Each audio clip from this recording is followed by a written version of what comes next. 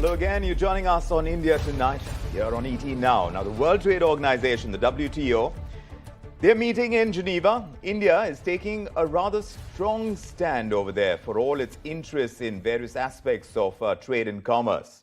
After the G33 meeting, the Union Minister, Piyush Goyal, the Union Minister for Commerce and Industry, has hit out at the WTO over the response the world had to the pandemic.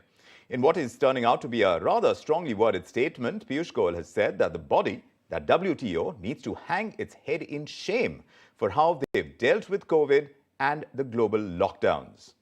At that summit, India is batting for rich countries to waive off patents of COVID vaccines and has sought more help for poor nations from the developed West. Food security is also a big flashpoint this time around, especially where India is concerned with the rising food product prices that have left the world reeling. The Minister, Piyush Goyal, has highlighted the importance of fisheries for global food security. And with the WTO's plans to curb subsidies, fishermen who have converged at Geneva, they're demanding a rollback of the proposal itself. India is also backing a proposal to penalize rich nations who provide non-targeted subsidies for fishing in international waters. The developed nations give these subsidies, as we understand, for fuel to the large fishing vessels, and that puts smaller fishermen at a loss.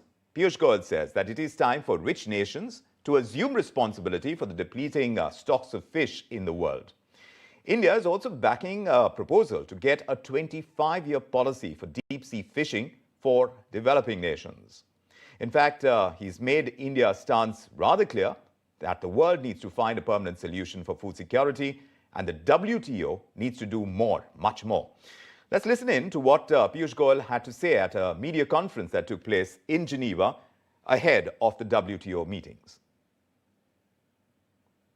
Always negotiations are sought to become a win-win for both sides. And when you are trying to create a win-win solution to very intricate problems where you are building a consensus amongst nearly 200 nations, obviously one has to be sensitive to each other, one has to be practical. However, that cannot be at the cost of our farmers at any cost. That can never be at the cost of the people of India and India's self-interest. All right, so those are the words and the kind of clear stance and a strong stance at that coming in at the WTO in Geneva. To understand the issues that are at hand and what India can negotiate for, what it can push for, let's speak to Pradeep Mehta. He's the Secretary General of Cuts International, which is, of course, a think tank, and Mr. Mehta is Secretary General there. Mr. Mehta, very good evening. Thanks for making the time for speaking to us here at ET Now. As we just heard, and like I was telling our viewers, India seems to be taking this strong stand. Let's talk about fisheries first for small Indian fishermen. And they've been demonstrating in Geneva. They're trying to protect their rights against these developed countries, giving out non-targeted subsidies, and that has them at a loss, which is something that they're protesting against.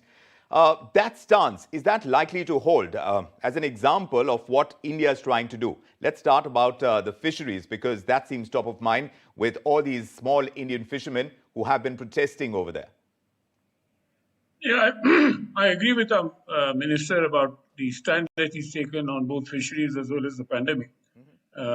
Indeed, it is something that we can hang our head in shame, for the simple reason that the stance of the rich countries in the context of a trading system which is highly wounded, I mean, WTO itself is in a difficult situation, requires everybody to be pragmatic and to move ahead in a manner that you can take everybody along. And as the minister said, they have to be considered.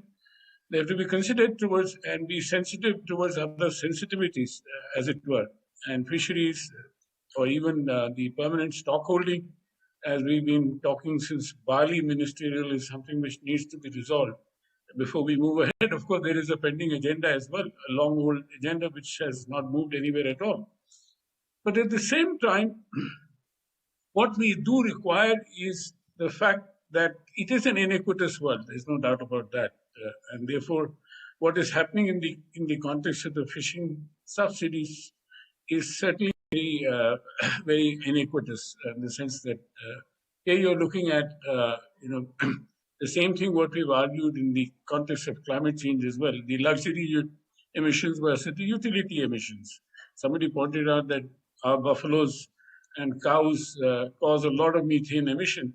But the fact is, these are all utility emissions. So the same kind of logic one has to apply to the fact is that our fishermen are subsistence fishermen, and they usually these are these are people who've been in fishing for generations and use this as a livelihood issue, and livelihoods is something which the WTO is committed to uphold as part of its preamble as well.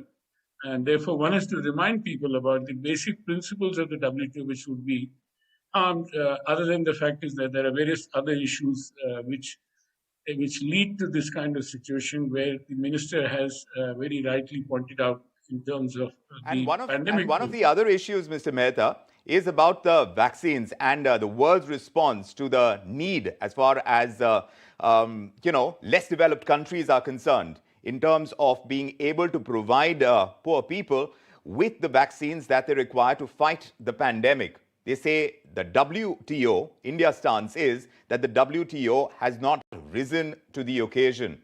Do you support that kind of perspective? No, I would disagree with that. I Right. would disagree with that for the simple reason that vaccines is not a trade issue as such, not a trade policy issue. The issue was the waiver of intellectual property rights, which doesn't make sense. And this is what is something which we've argued that you've been wasting a lot of time and energy on something which is not required. For example, the biggest vaccine manufacturing is happening in India today.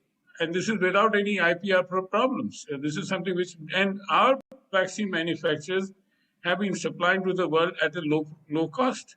So it's not such an issue that we should have made. We made it as a kind of as a kind of lodestar, looking for a better word, as something of a big Mr. issue. Mehta, isn't it true that some of these countries are trying to protect the profits of pharma companies like India's stance is? That is an age-old thing. The fact is that TRIPS should not have been there in the WTO. Something which we argued even at that time in 1990s. That how do you bring in a trade restrictive agreement in a trade liberalizing rubric? But the fact is that it is landed up there, and there is certainly a big interest of both the pharmaceutical as well as agrochemicals industry in Europe and in US. But we have also started now getting into the IPR game. Even many of our institutions are discovering the value of IPR protection. Our film industry, for example, is highly obliged to ensure that their copy IPRs are protected. Otherwise, the kind of duplication which takes of our films is huge. And we have to continue to look at things which concern us. If there is a deal, how do we make the best out of it? Is what we have to look at. Yes, sorry? But when it comes to the vaccine issue and perhaps on fisheries, which you said you agreed with, there is a perception that India is being slightly obstructionist, maybe slightly more than slightly. Is that a view that you would accept? Because at a multilateral level, at a bilateral level, India is pushing for regional trade even. There are lots of FTAs being done. The Indo-Pacific Economic Framework for Prosperity, the IPEF, is something that India is a party to. So I'm just wondering whether there is a difference in stance where India is concerned, what they're doing at WTO and what it's trying to do by way of pushing the agenda for trade. No, I agree with you. I mean, quite often we've seen in our policy circles that the left hand doesn't know what the right hand is doing. I can give you several instances. And the fact is, yes, we are opening up to trade liberalization through bilateral deals. At the same time, we are being obstructionist at the WTO. I mean, we've been obstructionist at the WTO for long. And this is something which we've been arguing against. That, look, you have to take care. We are a responsible economy. We are a big economy with big ambitions to become a $10 trillion economy by 2030. That is not how it behoves us to have, be obstructionist all the time. Now, the fact is that we have opened up on bilateral fronts, bilateral trade deals, etc. How do we go ahead is something which we yet have to see. It is still to sort of the jury still out. We had bilateral trade deals even earlier with Indo-ASEAN, etc., where we felt that we did not get what we should have got. Sure. But the fact is that even our industry was ignorant about many of these things. But I'll not get into Yes. those details. Yes. The fact is that we are being obstructionist at the WTO, which is not fair. We are not even a member of the various plurilateral Yes. discussions which are going on And that's which exactly, are of concern yes, to us. exactly. And that is being discussed over there, how much India is able to achieve by way of, trade deals that would actually help India in the long term. That is something that one needs to watch out for as an outcome of India's delegation and the work that they do at the WTO in Geneva this time. Mr. Mehta, it's a pleasure talking to you, and perhaps we can have a longer discussion on many of the pending issues in the future. But thanks very much for joining us this evening.